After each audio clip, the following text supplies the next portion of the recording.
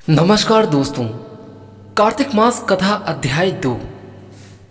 दोस्तों, आप सभी का दिन शुभ हो। भगवान श्री कृष्ण जी की कृपा आप पर सदा बनी रहे। आज के अध्याय का शुभारंभ करते हैं कार्तिक स्नान की कहानी से। एक नगर में एक ब्राह्मण दंपति रहते थे। वे दोनों प्रतिदिन 7 कोस दूर गंगा और यमुना नदी में स्नान करने जाते थे। इतनी दूर आने जाने से ब्राह्मण की पत्नी थक जाती थी और एक दिन उसने अपने पति से कहा कि हमारा एक पुत्र होता तो कितना अच्छा रहता। पुत्र का विवाह करते हमारी बहू आती तो हमें घर वापस जाने पर खाना बना हुआ मिलता और बहू का घर का काम भी कर देती। अपनी पत्नी की बात सुनकर ब्राह्मण ने कहा कि तूने बात तो सही कही है, चल मैं तेरे लिए बहू ला ही देता हूँ। ब्राह्मण ने कहा कि एक पोटली में आटा डालकर कुछ मोहरे रख दे। ब्राह्मण के कहे अनुसार उसने अर्थात ब्राह्मणी ने पोटली बांधकर रख दी। पोटली लेकर ब्राह्मण चला गया। ब्राह्मण को सफ़र के दौरान यमुना के किनारे बहुत ही सुंदर लड़कियां दिखाई दी। वे रेत में घर बनाकर खेल रही थीं। उनमें से एक लड़की ने कहा कि मैं अपना घर नहीं बिगाड़ूंगी, मुझे तो रहने के लिए ये घर चाहिए। लड़की की बात सुनकर ब्राह्मण मन ही मन सोचने लगा कि बहू बनाने के लिए यह लड़की उचित है। जब वह लड़की जाने लगी तो ब्राह्मण भी उसके पीछे पीछे उसकी तरफ चल दिया। वहां जाकर ब्राह्मण ने उस लड़की से कहा, बेटी, कार्तिक मास चल रहा है, इसलिए मैं किसी के घर का खाना नहीं खाता। मैं अपने साथ आटा लेकर आया हूँ। तुम अपनी माता से पूछो कि क्या वह मेरे लिए आटा छानकर 4 रोटी बना देगी। यदि वह मेरा आटा छानकर रोटी बनाएगी तो मैं रोटी खा लूँगा। लड़की ने जाकर अपनी माँ को यह सारी बात बताई। माँ ने कहा कि ठीक है, जाकर ब्राह्मण देव से कह दो कि वह अपना आटा दे दे, मैं रोटी बना दूंगी। जब वह आटा छानने लगी तो आटे में से मोहरें निकली। वह सोचने लगी कि जिसके आटे में इतनी मोहरें हैं उसके घर में कितनी मोहरें होंगी। जब ब्राह्मण खाना खाने बैठा तो लड़की की माँ ने उस ब्राह्मण से पूछा कि आपका कोई लड़का है और क्या आप उस लड़के के सगाई करने जा रहे हो। यह सुनकर ब्राह्मण ने कहा कि हाँ, मेरा एक लड़का तो है और वह काशी में पढ़ने गया हुआ है, लेकिन यदि तुम कहो तो खांड कटोरे से विवाह करके तुम्हारी बेटी को अपने साथ ले जाऊं। लड़की की माँ ने कहा कि ठीक है ब्राह्मण देव। इस पर लड़की की माँ ने लड़की की खांड कटोरे से शादी करके ब्राह्मण के साथ भेज दिया। ब्राह्मण ने घर आकर कहा, रामू की माँ, दरवाज़ा खोल कर देख, मैं तेरे लिए बहू लेकर आया हूँ।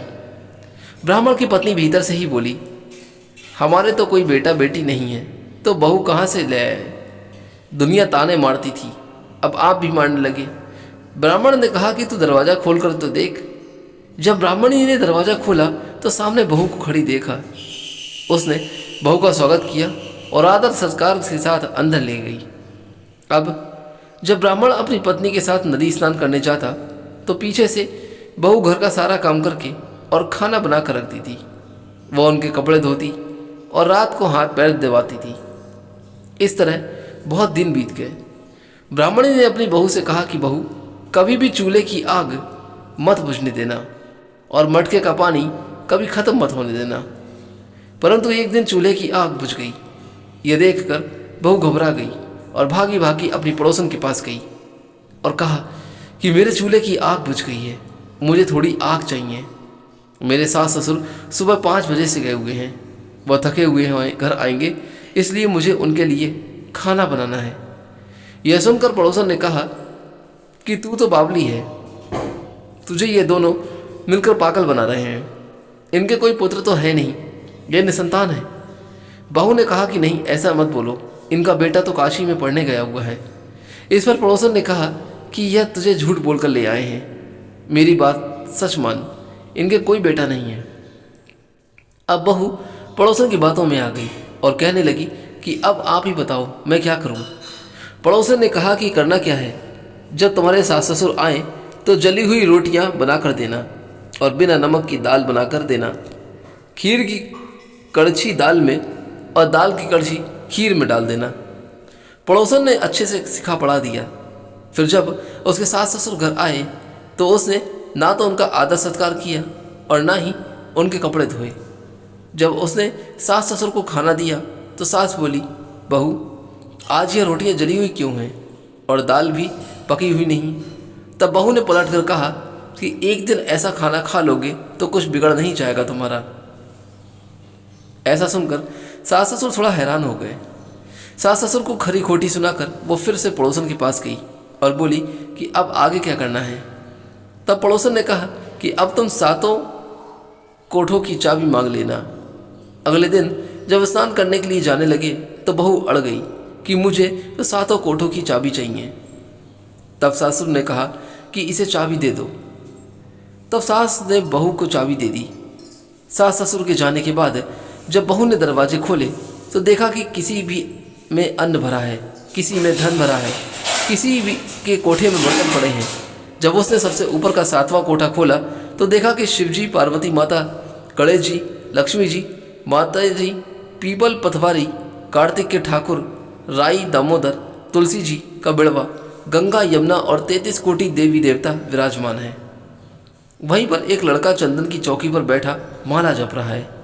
यह सब देखकर उसने लड़के से पूछा कि तुम कौन हो। तब लड़का बोला कि मैं तेरा पति हूँ, अभी दरवाज़ा बंद कर दे, जब मेरे माता पिता आएंगे तब दरवाज़ा खोलना। यह सब देखकर बहू बहुत खुश हुई और 16 श्रृंगार कर सुंदर वस्त्र पहनकर अपने सास ससुर का इंतजार करने लगी। उसने अपने सास ससुर के लिए अच्छे अच्छे पकवान बनाए।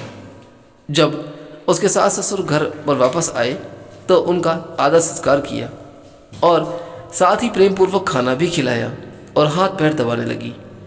पैर दबाते दबाते बहू ने कहा कि माँ, आप इतनी दूर गंगा यमुना स्नान करने के लिए जाती हो तो आप थक जाती हो, इसलिए आप घर पर ही स्नान क्यों नहीं करती हो। यह सुनकर सास कहने लगी कि बेटी, गंगा यमुना घर पर तो नहीं बहती है।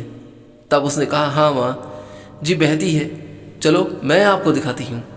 जब बहू ने सातवां कोठा खोलकर दिखाया तो उसमें शिवजी, पार्वती जी, गणेश जी, लक्ष्मी जी, पीपल पथवारी, कार्तिक के ठाकुर, राई दामोदर, तुलसी जी का बिड़वा, गंगा यमुना बह रही है और 33 कोटि देवी देवता विराजमान है। वहीं चौकी पर बैठा हुआ एक लड़का माला जप रहा है। माँ ने उसे देखकर कहा कि बेटा तू कौन है। लड़का बोला, माँ मैं तेरा बेटा हूँ। तब ब्राह्मण ने पूछा कि तू कहाँ से आया है। लड़के ने जवाब दिया कि मुझे कार्तिक देव ने भेजा है। माँ ने कहा, बेटा ये संसार कैसे मानेगा कि तू मेरा बेटा है। माँ ने कुछ विद्वान पंडितों से मदद मांगी। पंडितों ने कहा कि इस पार बहू बेटा खड़े हो जाएं और उस पार माँ खड़ी हो जाए। माँ चमड़े की अंगियाँ पहनी हो और छाती में से दूध की धार निकलकर बेटे की दाढ़ी मूछें भीगे और पवन पानी से गठजोड़ा बंधे, तब मानेंगे कि यह इस माँ का ही बेटा है। उसने ऐसा ही किया। चमड़े की अंगियाँ फट गई और छाती में से दूध की धार निकलकर बेटे की दाढ़ी मूछ भीग गई। पवन पानी से बहू बेटे का गठजोड़ बंधन बन गया। यह सब देखकर ब्राह्मण और उसकी पत्नी की खुशी का ठिकाना न रहा। तो यह थी कार्तिक मास की कथा। हे कार्तिक के ठाकुर, जैसे ब्राह्मण और ब्राह्मणी को बहू बेटा दिया वैसे आप सबको देना। कार्तिक मास की कथा कहने और सुनने और ओंकारा भरने वाले सब पर कृपा करना। जय हो श्री कृष्ण महाराज की। अब आइए कार्तिक स्नान की दूसरी कहानी को हम सुनाते हैं। इस कहानी को सुनने से पहले अनुरोध करता हूं कि अगर अभी तक आपने इस वीडियो को लाइक नहीं किया तो प्लीज़ इस वीडियो को लाइक करके चैनल को सब्सक्राइब करना मत भूलिएगा और कमेंट बॉक्स में जय श्री कृष्ण जरूर लिखिएगा। कार्तिक मास में पीपल पथवारे की कहानी कही और सुनी जाती है। स्नान और पूजा करने के बाद पीपल पथवारे की कथा या पीपल पथवारे की कथा सुनने से अपार पुण्य मिलता है। कार्तिक मास में स्नान, ध्यान और पूजा पाठ का विशेष महत्व होता है। आज कार्तिक मास का दूसरा दिन है। आज के दिन इस कथा को सुनने से सभी पापों का नाश होता है और भगवान विष्णु की कृपा प्राप्त होती है। किसी गांव में एक गुजरी रहती थी। वह दूध दही बेचकर अपने परिवार का पालन पोषण करती थी। एक दिन उसने अपनी बहू को बुलाकर कहा कि बहू जा, आज तू दूध दही बेच कर आ। बहू दूध दही बेचने गई तो रास्ते में उसने देखा कि कार्तिक मास में औरतें पीपल सींचने आई हुई हैं। वो उन्हें देखकर बैठ गई और औरतों से पूछने लगी कि तुम यह क्या कर रही हो। औरतों ने कहा कि हम पीपल महादेव की पथवारी को सींच रहे हैं। बहू ने फिर पूछा कि अच्छा, ऐसा करने से क्या होता है। तब औरतों ने बताया कि ऐसा करने से अन्न धन की प्राप्ति होती है। अगर किसी का पति वर्षों से बिछड़ा हुआ हो तो वह मिल जाता है। औरतों की सारी बात सुनकर वह गुजरी की बहू बोली कि तुम तो पानी से सींच रही हो, मैं तो दूध दही से सींचूंगी। अब गुजरी की बहू हर रोज आती और सारा दूध दही से पीपल की पटवारी को सींच जाती और उसकी सास उससे वापस लौटने पर हर रोज पैसों के बारे में पूछती तो वो कह देती कि माँ जी, कार्तिक का महीना खत्म होने दो, तब मैं सारे पैसे लाकर दे दूंगी। कार्तिक का महीना पूरा होने पर पूर्णिमा आ गई। तब वह गुजरी की बहू पीपल की पटवारी के पास धरना देकर बैठ गई। पीपल ने उससे पूछा कि तू यहाँ कब्र क्यों को पड़ी हुई है। गुजरी की बहू बोली कि मेरी सास दूध दही के पैसे आज मांगने वाली है, लेकिन मैंने तो पूरे महीने पीपल के पेड़ को दूध दही से सींचा है और अब मुझे पैसे चाहिए।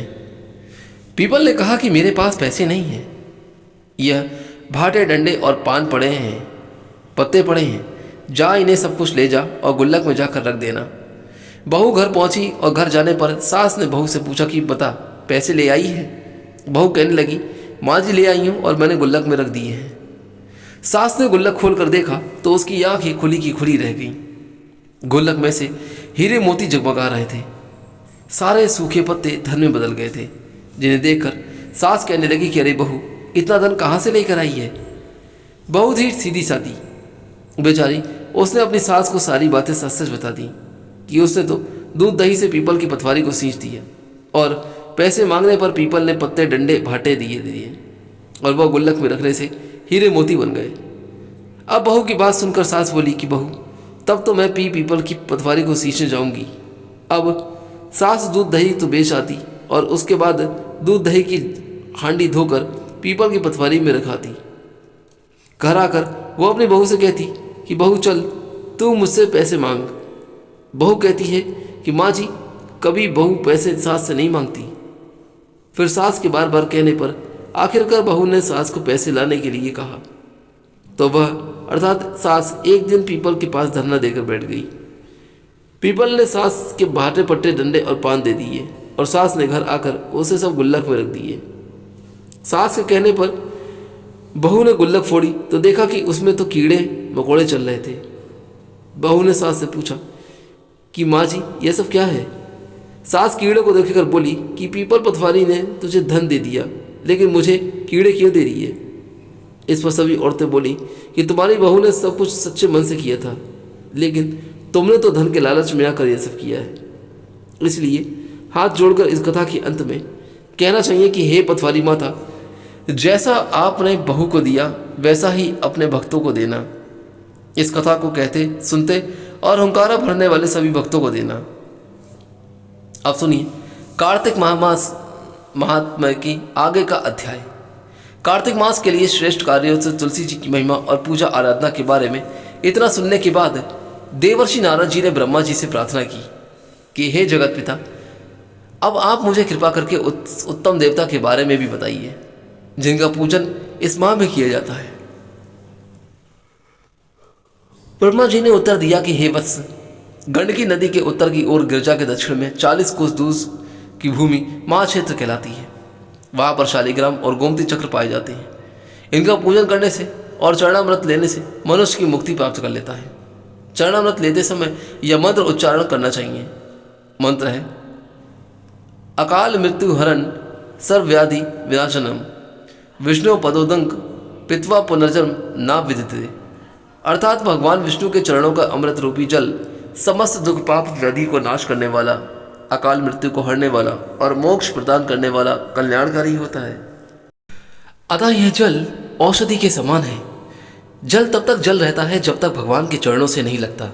जैसे ही चरणों से लगा रहता है तो अमृत रूप होकर चरणामृत बन जाता है।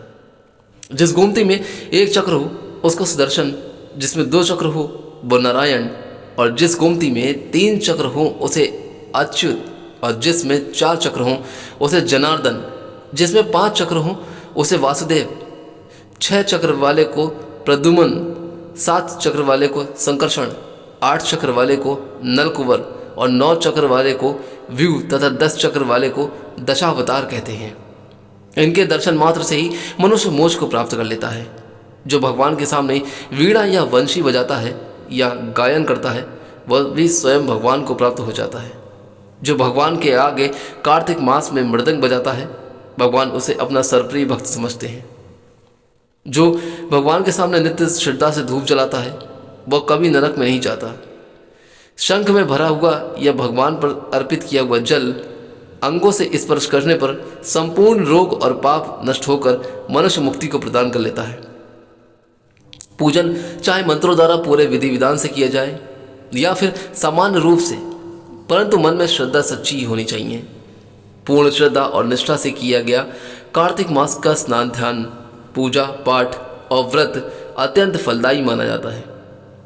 देवर्षि नारद स्वयं परम ज्ञानी थे, परंतु अब ब्रह्मा जी से ये सभी प्रश्न हम संसार प्राणियों की भलाई के लिए कर रहे थे। अतः अब भी श्री ब्रह्मा जी से देवर्षि नारद ने पूछा कि हे पितामह, आप कार्तिक मास में जो दीपदान आदि किया जाता है उसका महात्म्य सुनाने की कृपा कीजिए। नारद जी का यह प्रश्न सुनकर ब्रह्मा जी बोले कि हे पुत्र, दीप चाहे स्वर्ण का हो या फिर चांदी का, तांबे का हो या मिट्टी का, अपनी सामर्थ्य और श्रद्धा के अनुसार कार्तिक मास में दान अवश्य ही करना चाहिए। कार्तिक मास में दीपदान करने से समस्त पापों का नाश हो जाता है। दीपक भगवान की मूर्ति के आगे, तुलसी जी के पास, ब्राह्मण के घर में या वन में, वृक्ष के नीचे अथवा गौशाला में या धर्मशाला के आले में शाम के समय जलाया जाता है। दीपक घी का जलाए या तेल का, परंतु उसे पूरे महीने तक जलाना चाहिए। ब्राह्मण के घर दीपक जलाने से अग्नि स्टोम यज्ञ का फल प्राप्त होता है। जो ऊंचे स्थान पर अथवा ऊंचे खंभे पर दीप जलाते हैं उनसे धन की वृद्धि होती है और वैकुंठ में निवास मिलता है। जो दीप जलाते समय भगवान से प्रार्थना करनी चाहिए और कहना चाहिए कि हे भगवान, आपके ही लिए मैं हर दिन कार्तिक मास में दीप जलाता हूँ या जलाती हूँ। कार्तिक मास में मथुरा, माघ में प्रयाग और वैशाख में हरिद्वार में स्नान और निवास करें तो यह अत्यंत ही उत्तम होता है। जब सूर्य तुला, मकर अथवा मेष राशि में हो उस समय किए जाने वाले व्रत, पूजा और दान बहुत ही शुभ फल देते हैं। इन महीनों में किए हुए व्रत, दान और शुभ फलों से सभी पापों का नाश हो जाता है। जिस प्रकार भगवान भास्कर के अर्थात सूर्य के उदय होने से अंधकार का नाश हो जाता है और वज्र से पर्वत का, गरुड़ के भय से पाप, सर्पों का, पवन के वेग से ध्यान से दुख का और सिंह के भय से मृगों का नाश हो जाता है, ठीक उसी प्रकार से मथुरा जी के दर्शन मात्र से ही सभी पापों का नाश हो जाता है। कार्तिक मास में स्नान और जागरण, दीप दान, तुलसी जी का दर्शन, पूजन, भगवान के मंदिर में झाड़ू लगाना, साफ सफाई करना, गाना बजाना, भगवान की कथा को सुनना या सुनाना, कीर्तन करना या कराना, यह सब शुभ कार्य होते हैं। इनके करने से श्रेष्ठ फलों की प्राप्ति होती है। पूर्व जन्म के पापों को नष्ट करने के लिए कुछ न कुछ दान, भजन, पूजन आदि करना अति उत्तम रहता है। श्री ब्रह्मा जी के मुख से पूर्व जन्म के पाप शब्द सुनकर देवर्षि नारद ने पूछा कि हे विधाता, अभी अभी आपने कहा कि कार्तिक मास में स्नान दान करने से पूर्व जन्म के पाप भी नष्ट हो जाते हैं, तो किसी को यह कैसे पता चलेगा कि उसने अपने पूर्व जन्म में किस प्रकार के पाप किए हैं? किस प्रकार हम अपने पूर्व जन्म के पापों को जान सकते हैं? यह सुनने की मेरी इच्छा है। सो हे पितामह, अब आप कृपा करके इस बारे में भी बताइए। श्री ब्रह्मा जी बोले कि हे पुत्र, पूर्व जन्म का ब्रह्मा हत्यारा, क्षय रोगी और पर स्त्री गमन करने वाला कोढ़ी बन जाता है।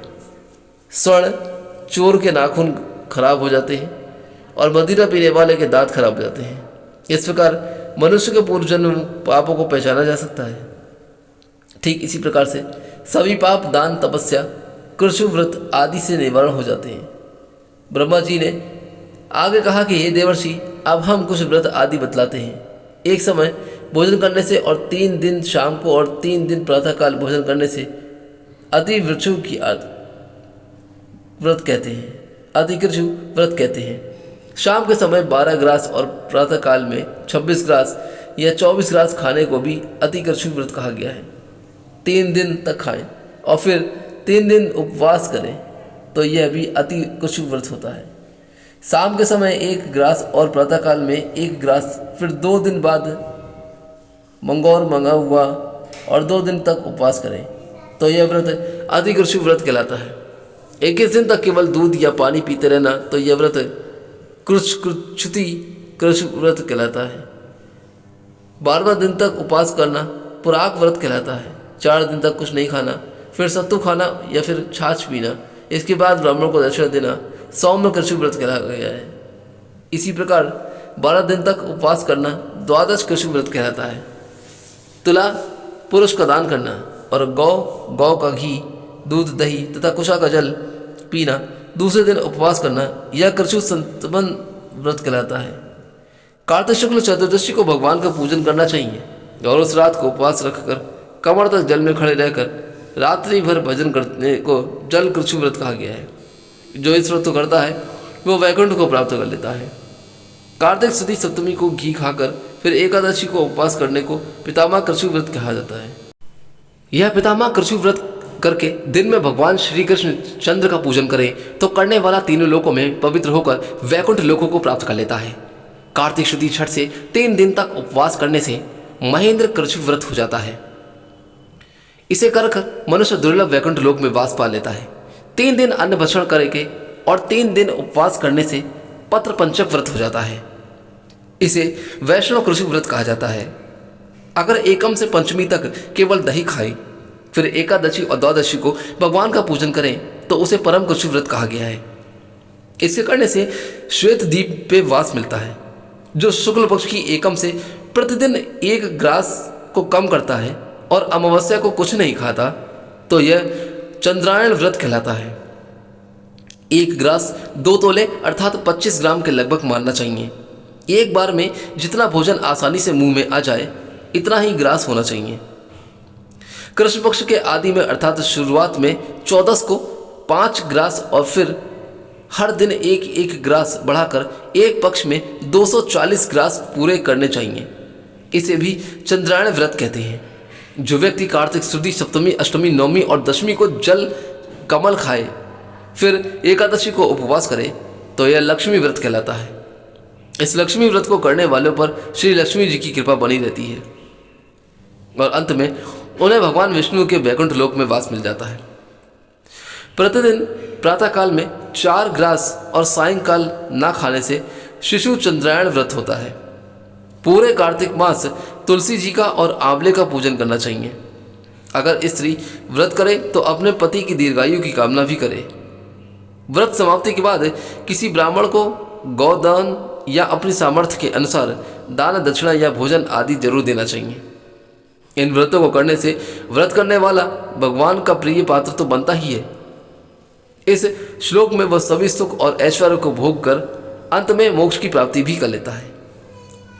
ऐसा कहकर श्री ब्रह्मा जी कुछ देर के लिए मौन हो जाते हैं। जय श्री हरि विष्णु, जय माता लक्ष्मी। दोस्तों, आज का यह अध्याय यहीं पर समाप्त होता है। यह कथा आपको कैसी लगी? अगर अच्छी लगी हो तो अनुरोध करता हूं कि यहां से जाने से पहले एक बार इस वीडियो को लाइक करके हमारे चैनल को सब्सक्राइब जरूर कर दीजिएगा। कमेंट बॉक्स में जय श्री कृष्ण लिखना या जय श्री हरि विष्णु लिखना ना भूलिएगा। आज्ञा दीजिए, फिर मिलता हूं एक नए अध्याय के साथ, एक नई कथा को लेकर। तब तक के लिए जय श्री राम।